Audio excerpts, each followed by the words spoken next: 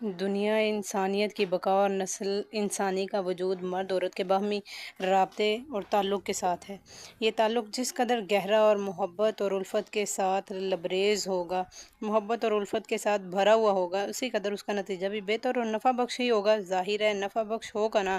محبت کے ساتھ رہیں گے تو اس کا نتیجہ بھی بہتر ہوگا۔ انسان کی فطرت اللہ تعالیٰ نے ایسی ہی بنائی ہے کہ جب اسے کسی چیز کے ساتھ محبت، انس اور لگاؤ ہو جاتا ہے تو وہ اس کو دیکھنے اور اس کے پاس رہنے کے ساتھ راحت اور محبت اور سکون محسوس کرتا ہے، اور جس چیز سے طبی طور پر نفرت ہوتی ہے اس سے اسے گھٹن اور تکلیف کا احساس ہوتا ہے۔ اس کے پاس رہنا اس کو اچھا نہیں لگتا، اس کی موجودگی جو ہے وہ تکلیف کا باعث بن جاتی ہے۔ چونکہ اللہ رب العزت کو دنیا کا نظام اور نسل انسانی کا وجود قائم رکھنا تھا، قیامت تک باقی رکھنا اللہ کا مقصد تھا، اس لیے مرد کے اندر عورت کی طرف رغبت و خواہش اور عورت کے اندر مرد کی طرف طبی میلان و ودیت فرما دی۔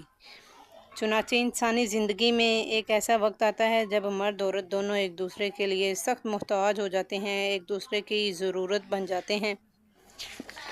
اللہ تعالیٰ نے اپنی آخری کتاب قرآن مجید میں اس ضرورت کو نہایت لطیف، بہت باریک انداز سے بڑا تفصیل کے ساتھ بیان فرمایا۔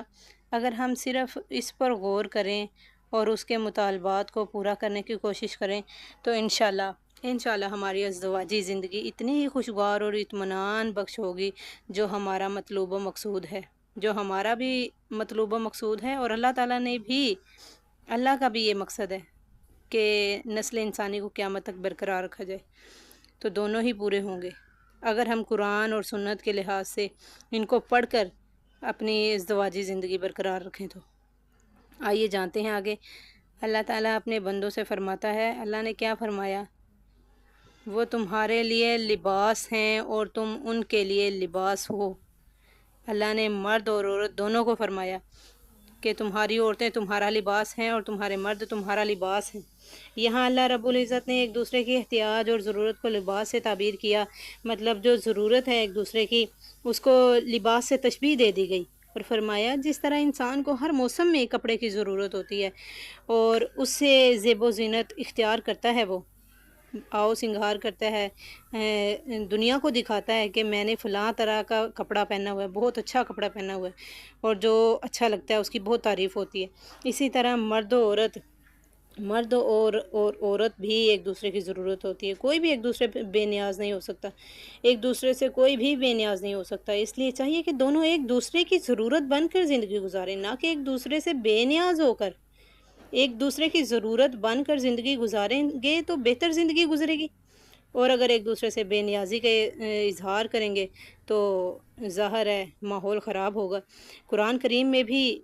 اس آیت سے یہ بات بھی معلوم ہوتی ہے، جس طرح لباس انسان کے جسم سے جدا نہیں ہوتا نا، اور پوری زندگی اس کو لباس کی ضرورت ہوتی ہے، اسی طرح ایک عورت کو اپنے شوہر کے ساتھ اور شوہر کو اپنی بیوی کے ساتھ دوستانہ تعلقات قائم رکھنا چاہیے نا۔ اس انداز فکر سے ایک دوسرے کی کمی کو نظر انداز کرنے کا جذبہ بھی پیدا ہونا چاہیے۔ اس لیے محبت کی آنکھیں عیب کو چھپاتی ہیں، کیونکہ جس سے محبت ہوتی ہے تو اس کی غلطیوں کے اوپر انسان پردہ ڈالتا ہے، اس کے عیب کو چھپانے کی کوشش کرتا ہے، چشم پوشی کرتا ہے، اس کے عیب چھپاتا ہے، اور جس سے نفرت ہوتی ہے اور عداوت کی جو آنکھیں لگ جاتی ہیں، جس کو نفرت کی آنکھیں لگ جائیں تو وہ اس کے اندر برائیاں ہی تلاش کرتا ہے، اس کو ظاہر کرتا ہے۔ لہٰذا فطری طور پر اللہ تعالیٰ نے زوجین کے دل میں ایک دوسرے سے محبت، جذبہ، رحمت پیدا فرما دیا تاکہ ان کی زندگی بھی خوشگوار ہو سکے۔ رسول اللہ صلی اللہ علیہ وآلہ وسلم نے ایک جگہ فرمایا، مرد کو خواہ مخواہ عورت کی عیب جوئی اور ناپسندیدگی کا اظہار نہیں کرنا چاہیے، کہ مرد کو خواہ مخواہ میں عورت کی عیب جوئی اور ناپسندیدگی کا اظہار نہ کرے کہ تو مجھے اس طرح اچھی نہیں لگتی، تو بن سن کے نہیں رہتی، بن سور کے نہیں رہتی، وہ خواہ مخواہ میں اس کی برائیاں کرے گا تو ظاہر ہے عورت کو غصہ آئے گا، تو تعلقات خراب ہوں گے۔ اگر اس کی کوئی عادت بری لگتی ہے، عورت کی کوئی عادت شوہر کو ناپسند ہے، تو دوسری طرف اس کی عادت اور خصلت اچھی بھی تو ہوگی نا، یہ بھی تو غور کرو کہ ساری اس کے اندر برائیاں ہی تو نہیں ہیں۔ عورت کے اندر اگر برائی نظر آ رہی ہے تو اچھائی بھی تو نظر آنی چاہیے۔ اگر اس کا عورت کی کسی برائی کی وجہ سے اس کی بری عادت کو دیکھ کر رویہ خراب ہو رہا ہے تو دوسری طرف جو اچھی عادت ہے اسے رویہ اچھا بھی تو ہو جانا چاہیے، عورت کو خوش کرنا چاہیے تاکہ وہ شوہر کی عزت کرنے پر مجبور ہو جائے۔ اور ایک دوسری حدیث میں اللہ کے رسول صلی اللہ علیہ وآلہ وسلم نے فرمایا کہ عورت کے بارے میں حدیث بیان کی، اللہ کے رسول نے، عورت ٹیڑھی پسلی سے پیدا ہوئی ہے، اگر تم اسے سیدھا کرنا چاہو گے تو تم اسے توڑ ڈالو گے، لہٰذا اس کے ساتھ اچھا برتاؤ کرو تو زندگی اچھی گزرے گی۔